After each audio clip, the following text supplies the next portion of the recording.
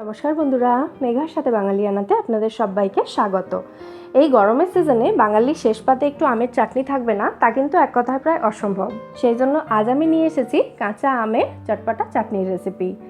চাটনিটা বানানোর জন্য আমি একটা কড়াই গরম করে ওর মধ্যে 1 টিস্পুন মতো সর্ষের তেল দিলাম। তেলটা গরম হলে ওর মধ্যে একটা শুকনো লঙ্কা, 1 টিস্পুন মৌরি এবং 1/2 টিস্পুন মতো কালো সর্ষে দিলাম ফোড়নের জন্য। অনেকেই চাটনির ফোড়নে 5 ফোড়ন ইউজ করেন, কিন্তু 5 ফোড়নে যে মেথি এবং কালো জিরেটা থাকে চাটনি খাওয়ার সময় সেটা মুখে পড়লে একটু তিতকুটে লাগে, সেই জন্য আমি এই দুটো জিনিস ফোড়নে দিই। ফোড়নটা একটু ভাজা ভাজা হয়ে গেলে ওর মধ্যে আমগুলো দিয়ে একটু সাঁতলে নিতে হবে। আমি একটা কাঁচা আমকে খোসা ছাড়িয়ে 8 টুকরো করে কেটে নিয়ে 10 মিনিট এটাকে জলে ভিজিয়ে রেখেছিলাম, তাতে আমের কষটা অনেকটাই বেরিয়ে যায়। আপনারা চাইলে এটা খোসা সমেতও করতে পারেন, কিন্তু খোসা সমেত করলে আমার মনে হয় যে একটু তিতকুটে ভাব থেকে যায়, সেই জন্য আমি এটাকে খোসা ছাড়িয়ে করতেই প্রেফার করি। এর মধ্যে নুন দিলাম 1/2 টিস্পুন মতো, সাথে দিয়ে দেবো জাস্ট 1 পিঞ্চ মতো হলুদ গুঁড়ো। এতে চাটনির রং এবং স্বাদ দুটোই খুব ভালো হবে।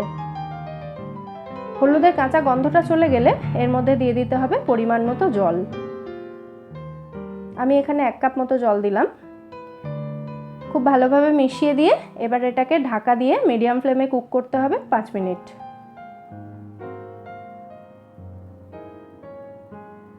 5 মিনিট পর আমটা এখানে 80% মতো সেদ্ধ হয়ে গেছে এখন। এরপর এর মধ্যে দিয়ে দেবো চিনি।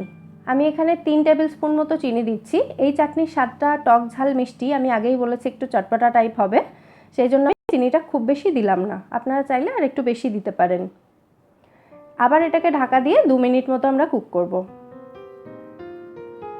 2 মিনিট পর চিনিটা সম্পূর্ণভাবে ডিজলভ হয়ে গেছে এবং আমটাও সম্পূর্ণ সেদ্ধ হয়ে গেছে।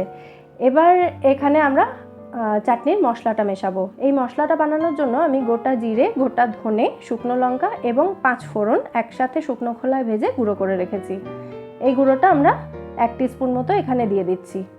5 ফোড়নটা আমি গোটাও দিলাম না, অথচ 5 ফোড়নের স্বাদটাও থাকলো। এইভাবে একটু ট্রাই করে দেখতে পারেন, আশা করব ভালো লাগবে। খুব ভালোভাবে এটাকে মিশিয়ে নিতে হবে এবং আমাদের চাটনি এখানে অলমোস্ট রেডি। এবার আমরা গ্যাসটা অফ করে এটাকে সার্ভ করে দেব। তাহলে এইভাবে চাটনিটা ট্রাই করতে পারেন এবং আমায় কমেন্ট করে জানাবেন এই রেসিপিটা আপনাদের কেমন লাগলো। রেসিপিটা ভালো লাগলে ভিডিওটাকে লাইক করবেন, এটা বন্ধুদের সাথে শেয়ার করে আমার চ্যানেল মেঘার সাথে বাঙালিয়ানাকে সাবস্ক্রাইব করতে কিন্তু একদম ভুলবেন না। ফিরে আসবো নতুন কোনো রেসিপি নিয়ে। সবাই সুস্থ থাকবেন, ভালো থাকবেন এবং ভালো রাখবেন।